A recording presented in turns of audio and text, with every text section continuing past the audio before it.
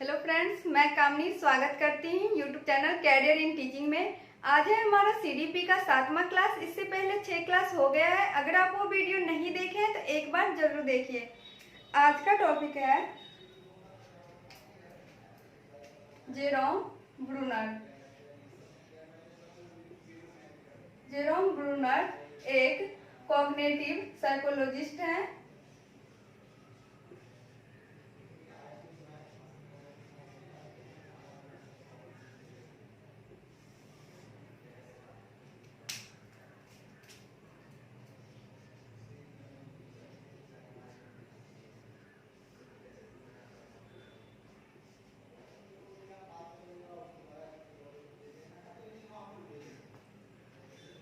इन्होंने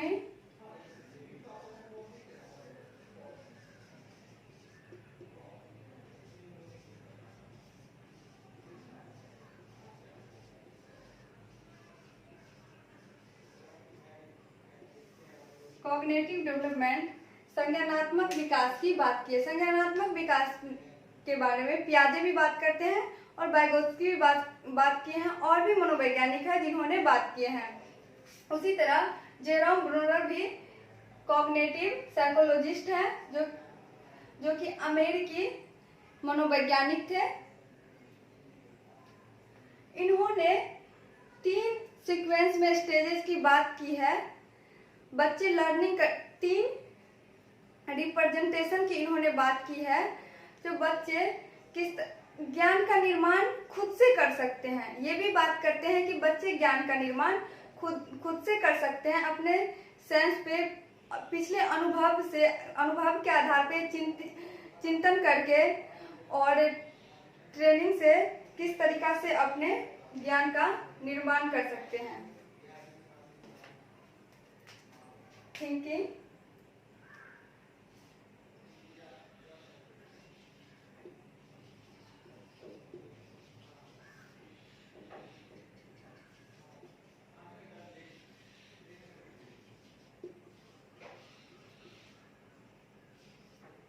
एक्सपीरियंसेस के आधार पे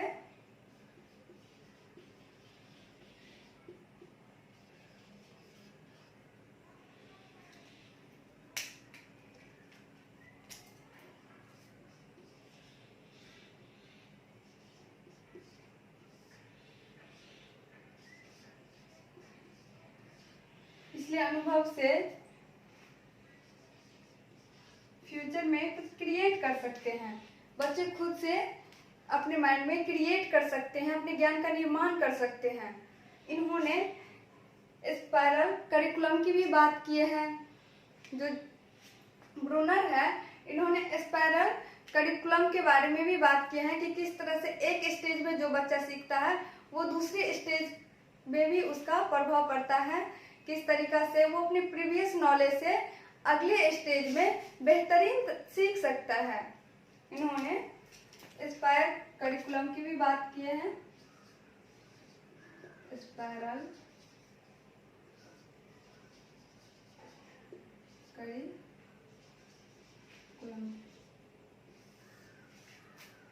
स्पाइरल करिकुलम की भी बात किया है। इन्होंने जो 3 रिप्रेजेंटेशन दिए हैं उसको देखते हैं एक एक करके। सब बच्चे देख करके शुरुआत कहाँ से करते हैं? मूर्त चीजों से, अपने सामने में देख करके उसे एक्टिविटी करके सीखते हैं। एक्टिविटी करके सीखते हैं बच्चे। जो है पहला है इनका, इन्होंने 3 रिप्रेजेंटेशन की बात की है, जिसमें पहला है इनएक्टिव रिप्रेजेंटेशन,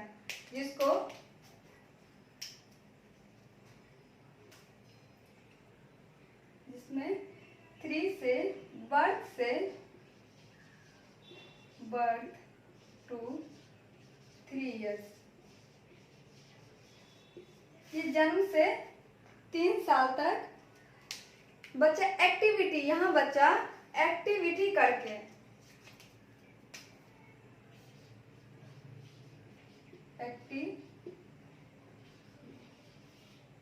एक्टिविटी करके सीखते हैं। आप 3 साल के बच्चे को, जन्म से 3 साल के बच्चे को बीच में खिलौना दीजिए तो वो उसे करके तोड़ के फिर जो उसके सामने में दीजिए, फिर वो करके एक्टिविटी करके सीखते हैं। अगर आप उसे एप्पल देते हैं तो वो उसे एप्पल को लेकर के, एप्पल तो पहचानते हैं एप्पल को खाया जाता है, उसे खाता है तो समझता है एप्पल को खाया जाता है, ये एप्पल है। खिलौना दीजिए तो खिलौना टूटता है, ये लकड़ी के होते हैं। ऐसे वो करके उसे देख के तब समझते हैं। अनएक्टिव एक्टिविटी करके सीखते हैं, क्रियाकलाप करके सीखते हैं बच्चा। सक्रिय रूप से इस स्टेज में, पहले स्टेज में सक्रिय रूप से ये हुआ अनएक्टिव रिप्रेजेंटेशन। उसके बाद दूसरा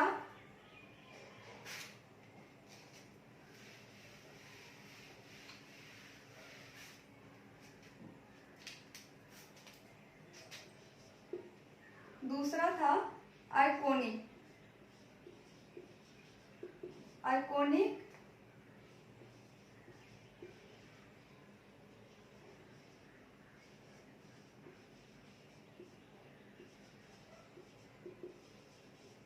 आइकॉनिक रिप्रेजेंटेशन।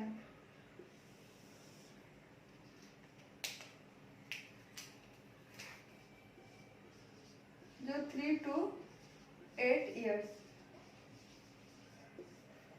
इसमें बच्चा करके, उसे एक्टिविटी करके ही नहीं सीखेगा। वो पिछला, इसका मतलब ये नहीं वो पहले में जो सीखा हुआ था देख के करके, इसमें बच्चा इमेज के थ्रू, अगर आप उसे बुक में कोई एप्पल का पिक्चर है, चित्र के थ्रू अगर एप्पल का पिक्चर है तो वो देख के भी समझ जाएंगे कि ये एप्पल है। यहाँ वो इमेज के थ्रू सीखते हैं, चित्र के थ्रू।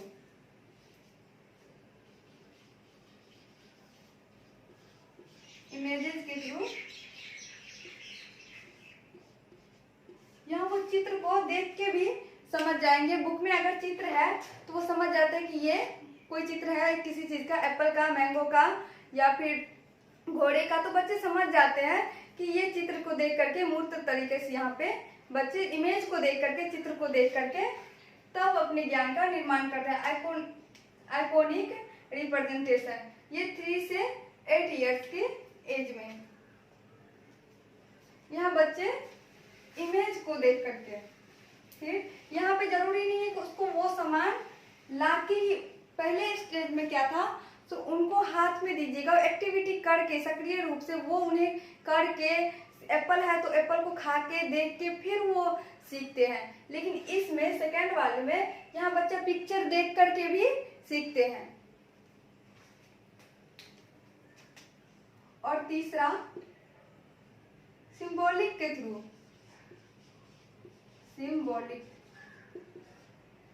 सिंबॉलिक रिप्रेजेंटेशन, एब्स्ट्रैक्ट रूप से।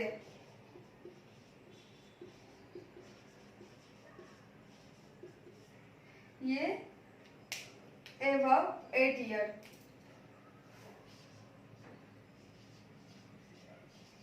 above to 8 ईयर, 8 साल से ऊपर। इसमें सिंबॉलिक के थ्रू, अमूर्त रूप से, अगर यहाँ पे लैंग्वेज डेवलप हो जाते हैं, यहाँ पे बच्चा अगर कुछ नहीं भी है सामने में तो वो अपने माइंड में इमेज करके, अपने माइंड में सोच करके सीख सकते हैं अमूर्त रूप से। यहाँ पे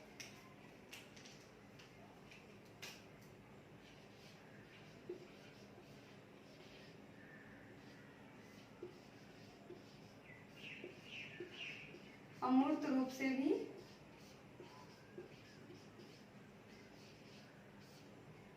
रूप से भी सीख सकते हैं। यहाँ पे बच्चा अगर सामने में कोई चीज नहीं भी है तो भी बच्चा अमूर्त रूप से उसे अपने दिमाग में इमेज करके, अपने दिमाग में सोच के उस चीज को यहाँ पे फिर वो सीखते हैं। पहले में क्या था कि बच्चा को आप दीजिए ला करके, खिलौना से खेल के, करके, तोड़ के फिर ऐसे सीखते हैं। दूसरे में आइकॉनिक रिप्रेजेंटेशन, जहाँ पे वो पिक्चर के इमेज के थ्रू सीखता है। और तीसरे में सिंबॉलिक एब्स्ट्रैक्ट रूप से, ये एबव 8 साल के ऊपर, एबव 8 ईयर्स, अमूर्त रूप से, जहाँ पे वो अपने माइंड में सोच के भी, जो चीज उसके सामने में नहीं भी है, कहीं और भी है, तो वो उस चीज को इमेज कर सकते हैं, सोच सकते हैं, सोच के भी सीख सकते हैं। ये आपके 3 रिप्रेजेंटेशन है जिसको जेरोम ब्रूनर ने दिए हैं। उन्होंने 3 स्टेज की बात की है। पहला था, आप समझ गए, पहला क्या था?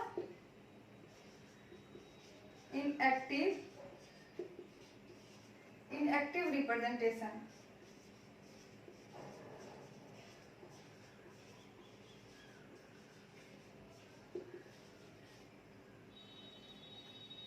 जहां बच्चा एक्टिविटी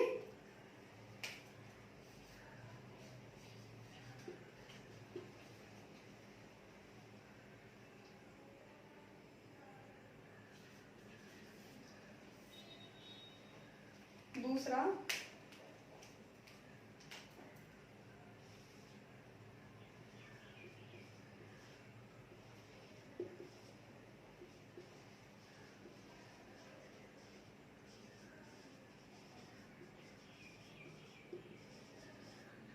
आइकॉनिक रिप्रेजेंटेशन या इमेज के थ्रू। इसमें इमेज के थ्रू चित्र को देख के भी बच्चे सीखते हैं। ये हो गए दूसरा। और तीसरा था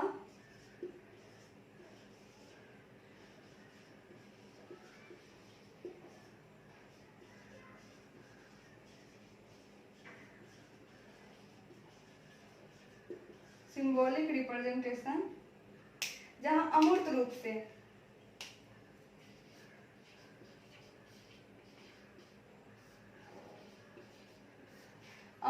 से जो सामने में नहीं भी हो तो भी अमूर्त रूप से सीख सकते हैं।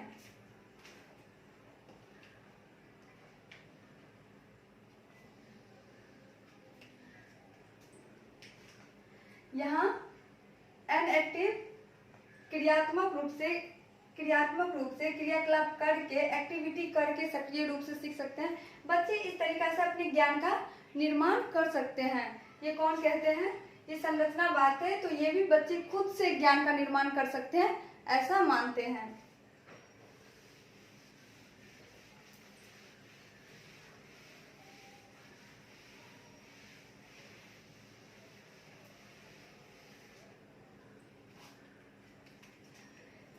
इन्होंने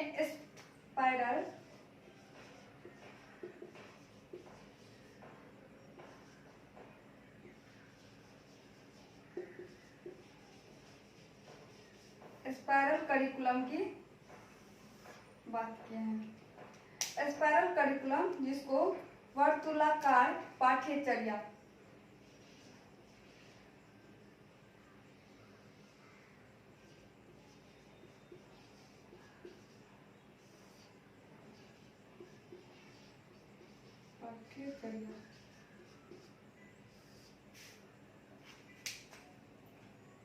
ये सिलेबस, जिसको पाठ्यक्रम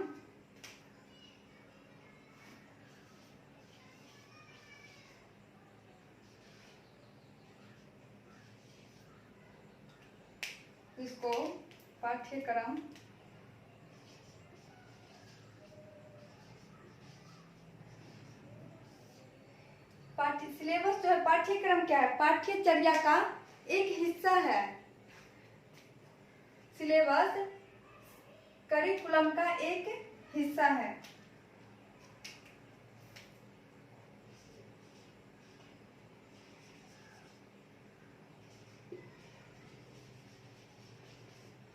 करिकुलम का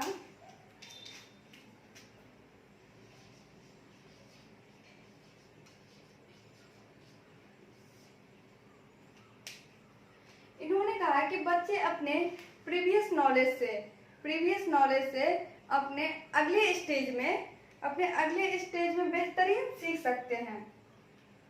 बेहतरीन सिंबॉलिक सीख इस तरीका से एक दूसरे से ये हर स्टेज जुड़ा हुआ रहता है। इसी जैसे बच्चा अगर 5th क्लास में है, अगर 5वें में है, तो 5वें में अगर कुछ सीखा है तो वो 6ठी क्लास में उससे हार्ड रहेगा। लेकिन वो जब तक 5वीं में सीखा है तो वो इस 6ठी क्लास में भी काम आएगी। तो उससे हार्ड रहता जाएगा, लेकिन वो उसे आसानी से सीखते जाएंगे। अपने जो पिछले सीखे थे वो उस ज्ञान को अगले स्टेज में भी काम आएंगे। फिर अगले में जो सीखे हैं ये एक दूसरे से जुड़े हुए रहते हैं। जो अगले में सीखे हैं एक ही बार वो 5वें से 8वें पे आ जाएगा तो फिर वो बहुत ज्यादा उसके लिए हार्ड डिफिकल्ट हो जाएगी।